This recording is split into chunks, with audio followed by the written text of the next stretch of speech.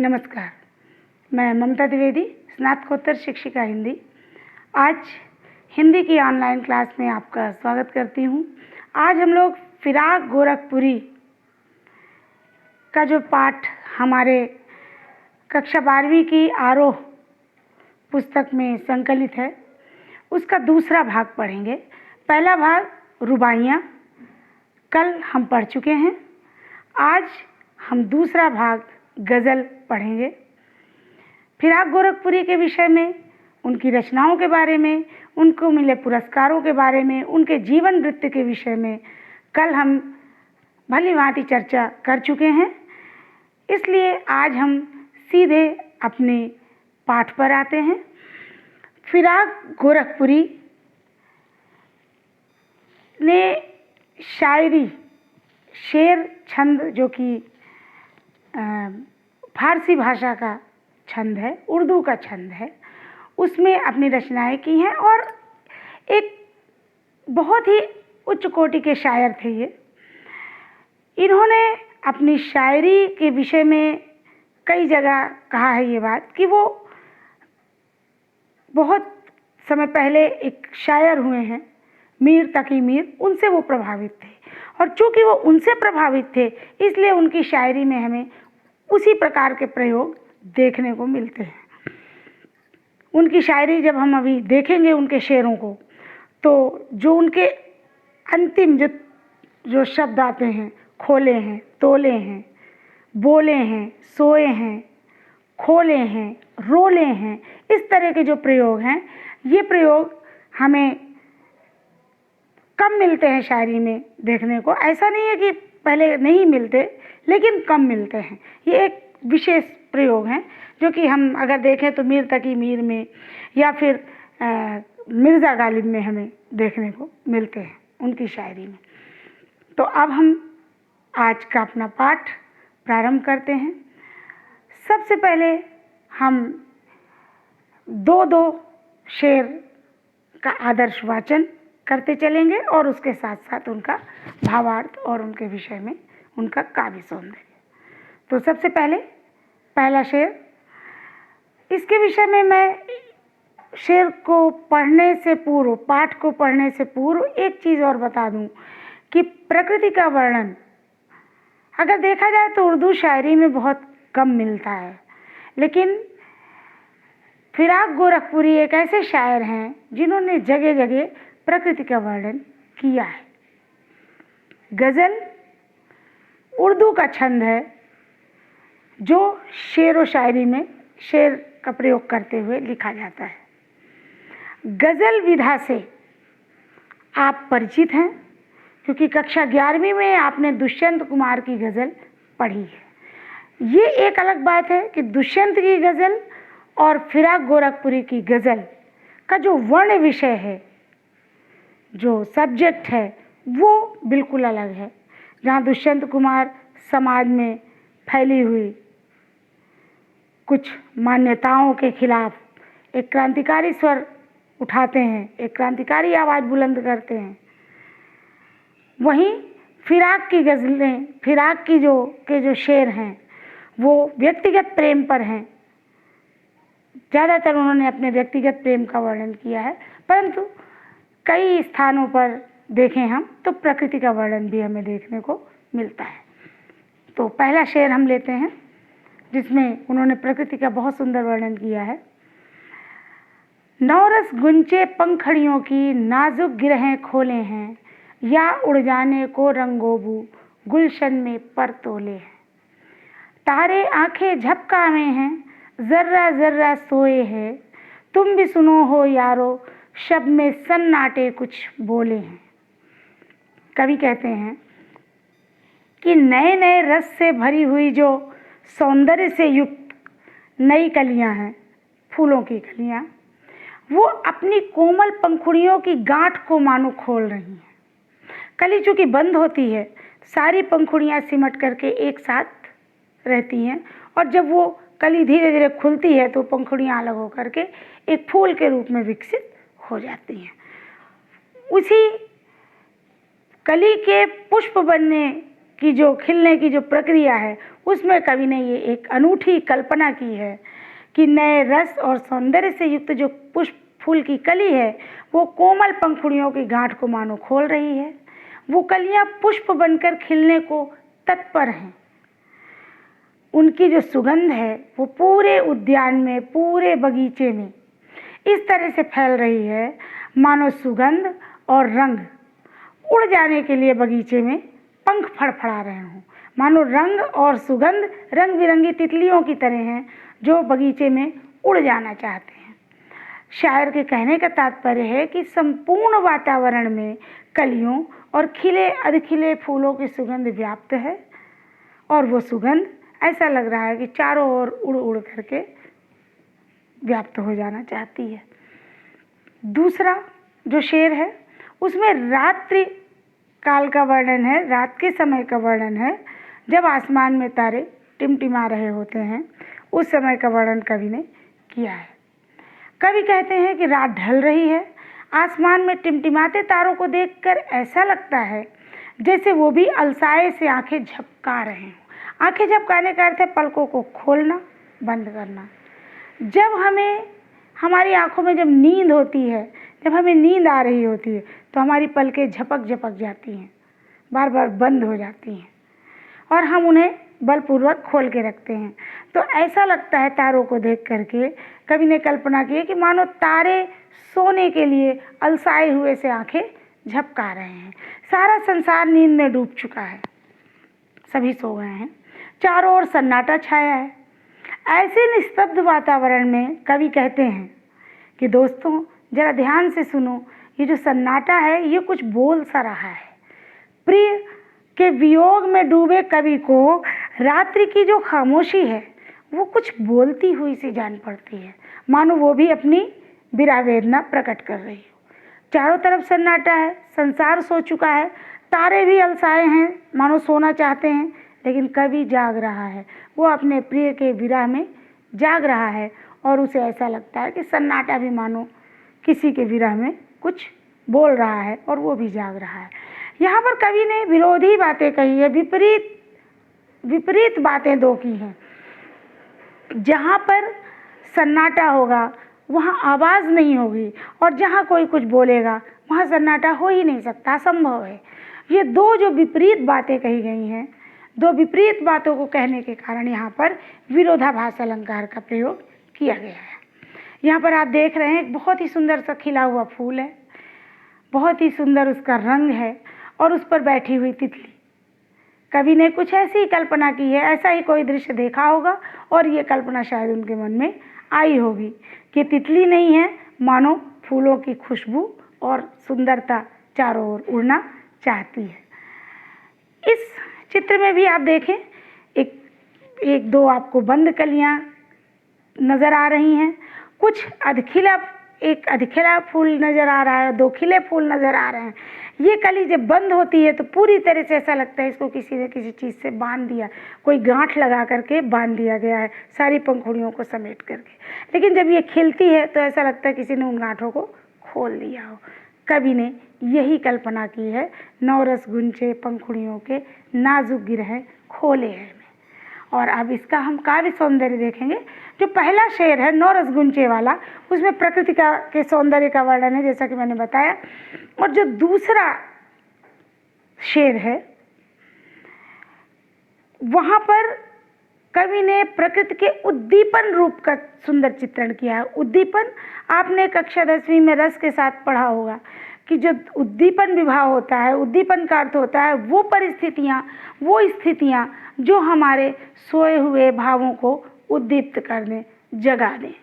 यहाँ पर रात का सन्नाटा, तारों का खिलना, चारों तरफ जो सन्नाटा छाया हुआ है वो कवि की विरह को और उद्दीप्त कर रहा है और जगा रहा है, इसलिए दूसरे शेर का प्रयोग उद्दीपन के रूप में किया गया है। उर्दू और फारसी शब्दावली का प्रयोग है। प्रथम शेर में दृश्य बिंब है क्योंकि आंखों के सामने एक सुंदर बगीचे का, खिलते फूलों का, कलियों का चित्र बिल्कुल चलायमान हो जाता है, बिल्कुल घूम जाता है। और जो दूसरा शेर है उसमें श्रव्य बिंब का प्रयोग किया गया है, क्योंकि ऐसा लगता है कि सन्नाटे के बोलने की बात कही गई है, इसलिए श्रव्य बिंब। प्रसाद गुण है। नवरस विशेषण जो है उसका बहुत सटीक प्रयोग है। नए रस से भरी नई नई कलियां। प्रथम शेर में संदेह अलंकार है और कलियां गांठें खोल रही हैं। चूंकि मानवीयता का आरोपण है इसलिए मानवीकरण अलंकार है। दूसरे शेर में जर्रा जर्रा में पुनरुक्ति प्रकाश, सन्नाटे कुछ बोले हैं में विरोधाभास और तारे आंखें झपकावे हैं में मानवीकरण अलंकार है। गजल छंद है। कुछ प्रश्न हैं इन दो शेर से संबंधित। कवि ने किस ऋतु का वर्णन किया है? आप विचार करेंगे, आपने समझ लिया है तो इन प्रश्नों के उत्तर आप आसानी से दे सकते हैं। नवरस विशेषण से क्या आशय है? गिरह खोलने से क्या अभिप्राय है? जर्रा जर्रा सोए है से क्या मतलब है? और तारे क्या कर रहे हैं? अगले दो शेर अब हम लेते हैं। हम हो या किस्मत हो हमारी, दोनों को एक ही काम मिला। कवि कह रहे हैं हम हो या किस्मत हो हमारी, दोनों को एक ही काम मिला। किस्मत हमको रो ले वे है, हम किस्मत को रो ले हैं। जो मुझको बदनाम करे हैं, काश वे उतना सोच सकें।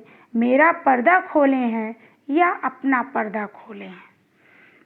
पहली जो शेर शायरी है, पहला जो शेर है, उस शेर में कवि ने एक निराशा की भावना व्यक्त की है और दूसरा शेर उन्होंने उन लोगों पर व्यंग और कटाक्ष करने के लिए लिखा जो उनसे ईर्ष्या करते हैं और उन्हें अनावश्यक रूप से बदनाम करते हैं। इसका भावार्थ, पहले शेर में शायर कहते हैं कि मैं और मेरी किस्मत, मेरा भाग्य, दोनों बिल्कुल एक जैसे हैं, क्योंकि दोनों के पास बस एक ही काम है। क्या काम है? कि कवि कहते हैं मैं अपने अभाव मतलब कमियां, अपनी कमियों के लिए, अपनी असफलताओं के लिए अपनी किस्मत को दोष देता हूँ, किस्मत को रोता हूँ, किस्मत को उत्तरदायी ठहराता हूँ और उसके नाम का रोना रोता हूँ। जबकि मेरी जो किस्मत है वो मेरी दशा, मेरी अकर्मण्यता को देखकर दुखी होती है कि मुझ जैसे कर्महीन के पल्ले पड़ गई, मेरे जैसे कर्महीन का उसको साथ मिला। तो दोनों ही एक दूसरे के नाम का रोना रोते रहते हैं। अगले शेर में यहाँ पर कवि कहीं ना कहीं निराशावादी है या अपने आप से ही संतुष्ट नहीं है। उसे अपने आप के कर्म में, अपने आप के प्रयास में कहीं ना कहीं कुछ कमी समझ में आती है। और ये एक आम इंसान में भी हम देखें तो ये इस तरह की प्रवृत्ति पाई जाती है कि हमारे पास जो भी कमियां होती हैं, हमें जहाँ पर असफलता मिलती है, जो परेशानियां आती हैं, तो हम बस एक बात कह के अपना पल्ला झाड़ना चाहते हैं कि क्या करें, हमारी किस्मत में ही नहीं है, क्या करें, हमारे भाग्य ही फूटा है, हमारी किस्मत हमारा साथ ही नहीं दे रही। ऐसा ही कुछ भाव कवि ने भी प्रदर्शित किया है। और दूसरे शेर में कवि कहते हैं कि जो मुझको बदनाम करे हैं, काश वो इतना सोच सकें, मेरा पर्दा खोले हैं या अपना पर्दा खोले हैं। कि संसार में कुछ लोग ऐसे भी हैं जो मुझे बदनाम करना चाहते हैं, मेरे प्रेम की निंदा करते हैं, परंतु ऐसा करने वाले काश ये समझ पाते कि वे मेरी नहीं, अपनी पोल संसार के सामने खोल रहे हैं, अपनी कमियों को उजागर कर रहे हैं। क्योंकि मेरी निंदा करने से उनकी ही जो दुर्भावना है मेरे प्रति, उनके जो कमियां हैं और उनके मन में जो मेरे लिए ईर्ष्या है, वो उजागर हो रही है। मेरा पर्दा खोलने के बजाय वो अपना ही पर्दा खोल रहे हैं, अपनी ही कमियों को सबके सामने प्रदर्शित कर रहे हैं, उजागर कर रहे हैं। पर्दा खोलना मुहावरा है। और ऊपर के शेर में, तीसरे शेर में, किस्मत को रोना भी मुहावरा है। पर्दा खोलने का मतलब होता है किसी की छिपी हुई बातों को उजागर कर देना।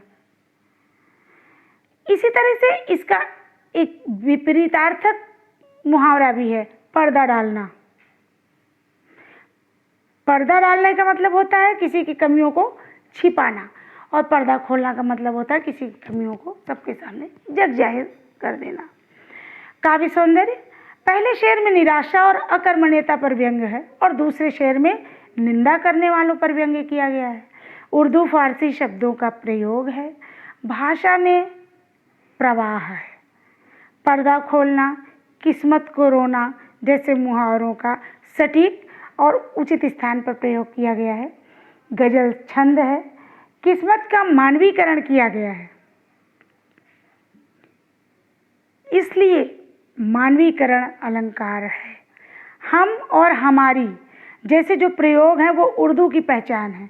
उर्दू में मैं और मेरी जैसे प्रयोग कम मिलते हैं, हम, हमारा, हमारी ऐसे शब्द प्रयोग हमें अधिक मिलते हैं।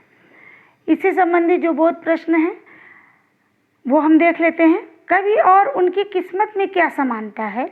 दूसरा, कवि ने मानव स्वभाव के बारे में किस सत्य का उल्लेख किया है। तीसरा, कवि को कौन बदनाम करना चाहता होगा। चौथा, कवि किन लोगों को सचेत करना चाहता है। और पांचवा, अपना पर्दा खोले हैं का भावार्थ स्पष्ट करें। इसके बाद हम दो अगले शेर लेते हैं। ये कीमत भी अदा करें हैं हम बदरुस्ती होशो हवास। ये कीमत भी अदा करें हैं हम बदरुस्ती होशो हवास, तेरा सौदा करने वाले दीवाना भी होले हैं। तेरे गम का पासे अदब है, कुछ दुनिया का ख्याल भी है। तेरे गम का पासे अदब है, कुछ दुनिया का ख्याल भी है। सबसे छिपा के दर्द के मारे चुपके चुपके रोले हैं। पांचवें शेर में कवि कहता है अपने व्यक्तिगत प्रेम को अब कवि व्यक्त कर रहे हैं इन शेरों में, और वो अपने प्रेम के विषय में अपनी भावना को प्रकट करते हुए अपनी प्रिया को, अपनी प्रेमिका को संबोधित करते हुए कहते हैं कि हे प्रिय, हम पूरे होशो हवास के साथ, पूरे विवेक के साथ, पूरे सोच समझ के तुम्हारे प्रेम की कीमत दे रहे हैं, कीमत अदा कर रहे हैं। यानी तुम्हारे प्रेम को पाने की जो एक कीमत है वो हम पूरे होशो हवास में दे रहे हैं। क्या कीमत है? कभी कहते हैं कि मैं जानता हूँ कि जो भी प्रेम में डूबता है वो दीवाना अर्थात पागल हो जाता है, वो प्रेम में पागल हो जाता है। कभी कहते हैं प्रेम करने वाला प्रेमी समाज और संसार की नज़र में पागल होता है, दीवाना होता है, परंतु तुम्हारे प्रेम को पाने के लिए मैं इस कीमत को अदा करने के लिए पूरी तरह से तैयार हूँ और इस कीमत को मैं अदा भी कर रहा हूँ। अगले शेर में कवि अपने प्रिया से कहते हैं कि मेरे मन में तुम्हारे दुखों के प्रति पूरा सम्मान है।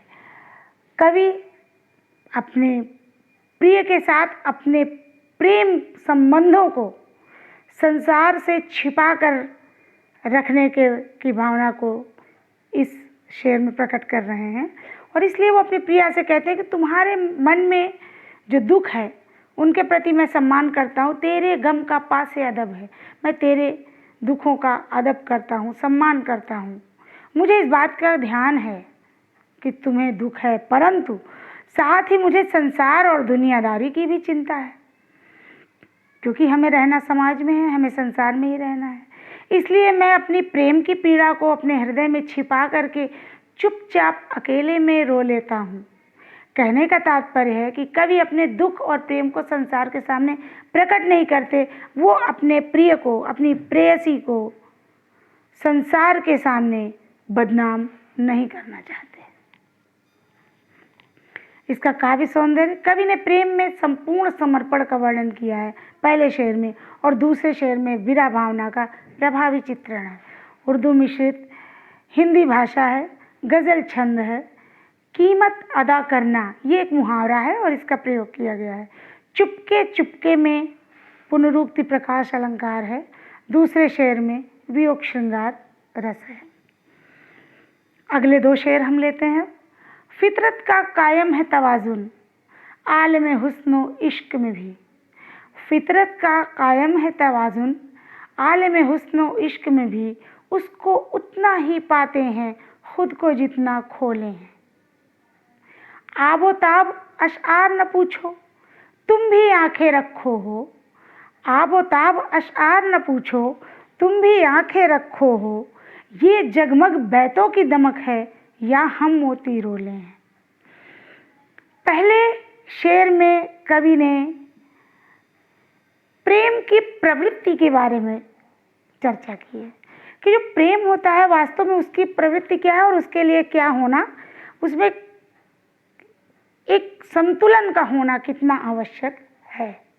कवि कहते हैं प्रेम और सौंदर्य, हुस्न और इश्क, प्रेम और सौंदर्य का जो संसार है उसमें संतुलन बनाए रखना बहुत ज़रूरी है। बिना संतुलन के प्रेम का निर्वाह नहीं हो सकता।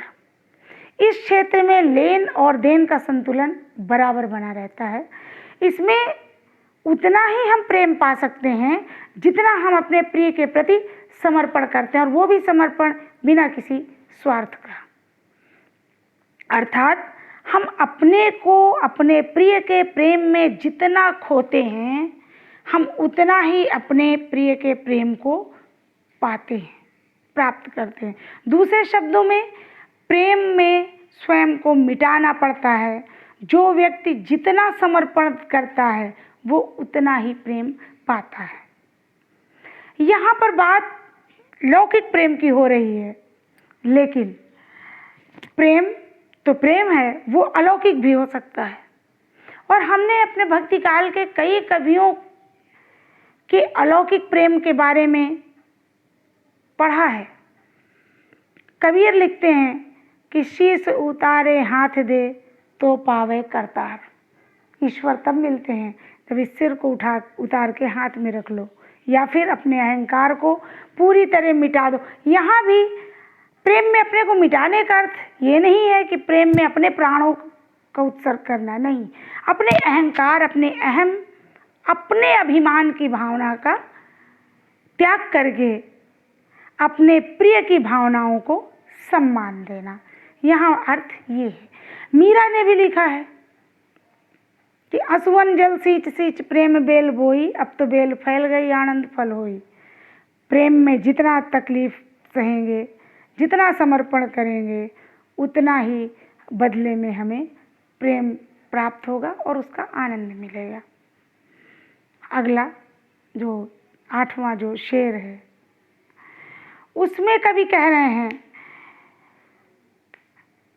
कि आबोताब अशआर न पूछो, तुम भी आंखें रखो हो। ये जगमग बैतों की दमक है या हम मोती रोले हैं। कवि अपने प्रशंसकों से, अपने या फिर आलोचक, प्रशंसक, जो भी उनके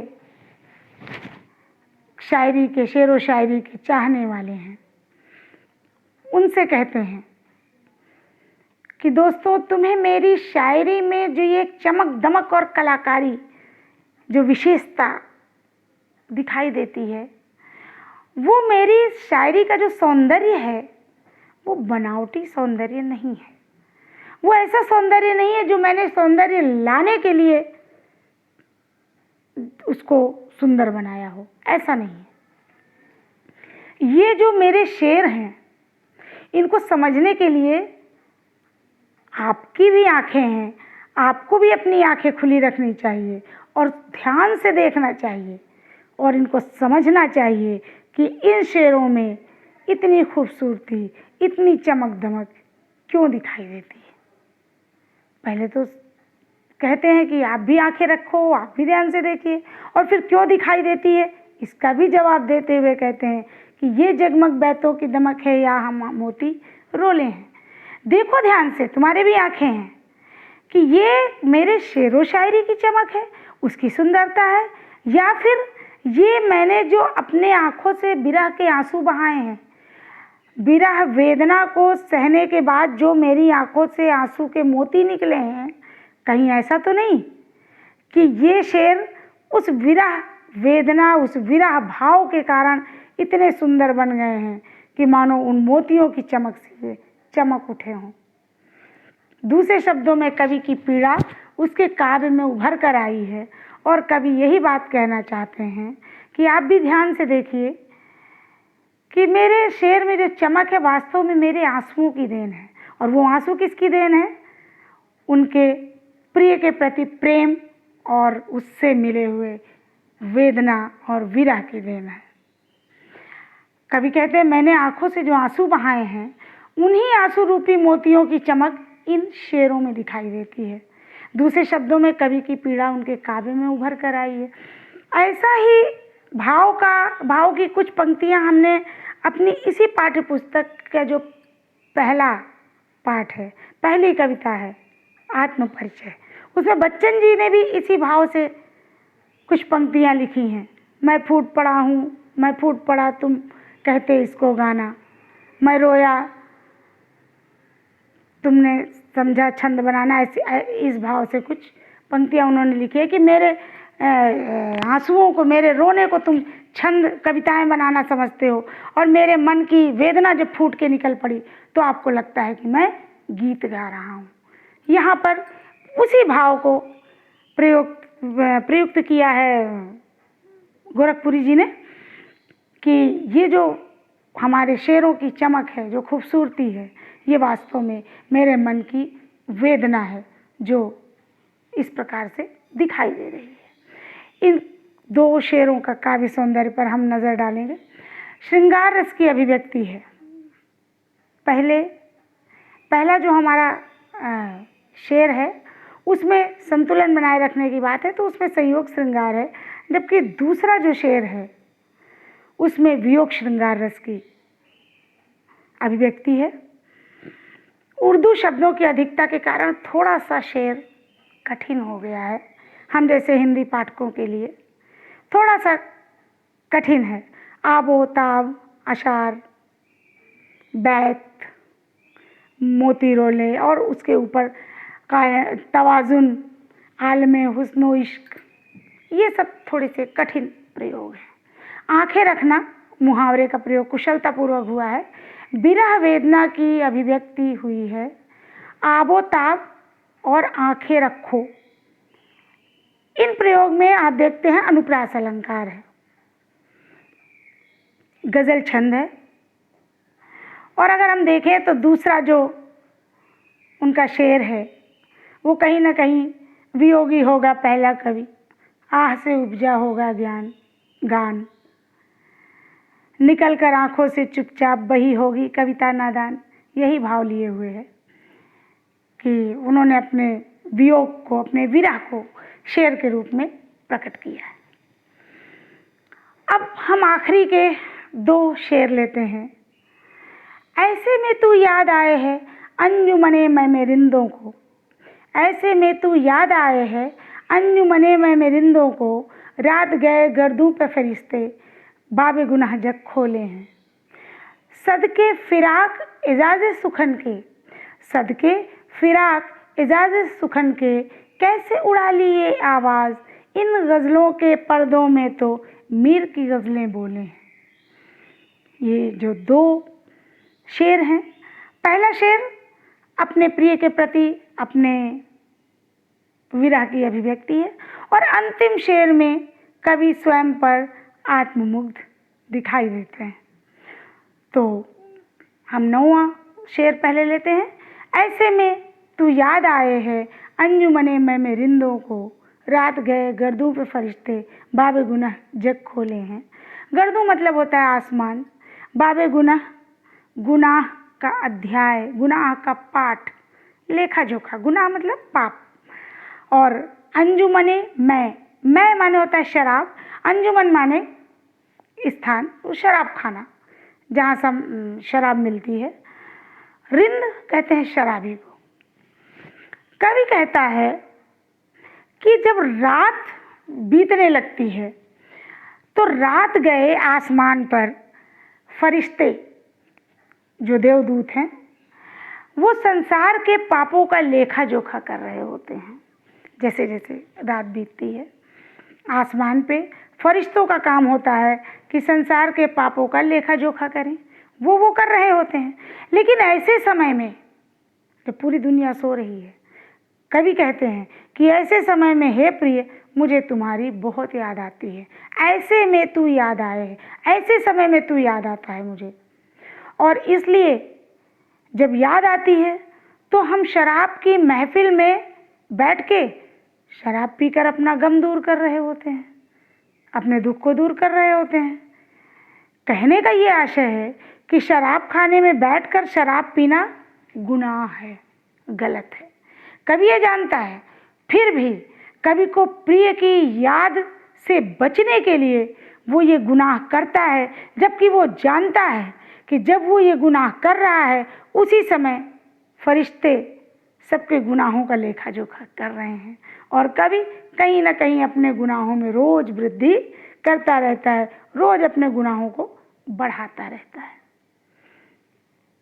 अंतिम शेर, इस शेर में कवि कहीं ना कहीं स्वयं पर आत्ममुग्ध है। कवि कहते हैं, सदके फिराक एजाज सुखन के, कैसे उड़ा ली ये आवाज़।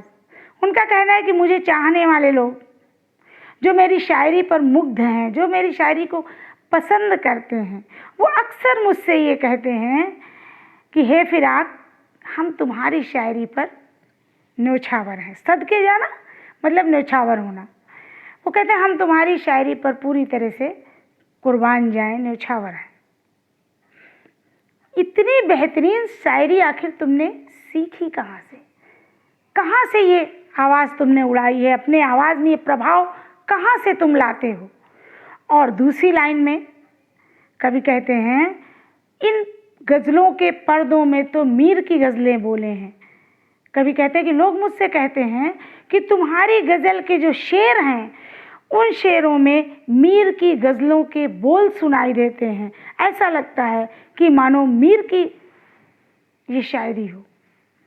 यहाँ पर कवि स्वयं ही अपनी बड़ाई कर रहे हैं, स्वयं आत्ममुग्ध हैं और अपनी सराहना अपने ही आप कर रहे हैं।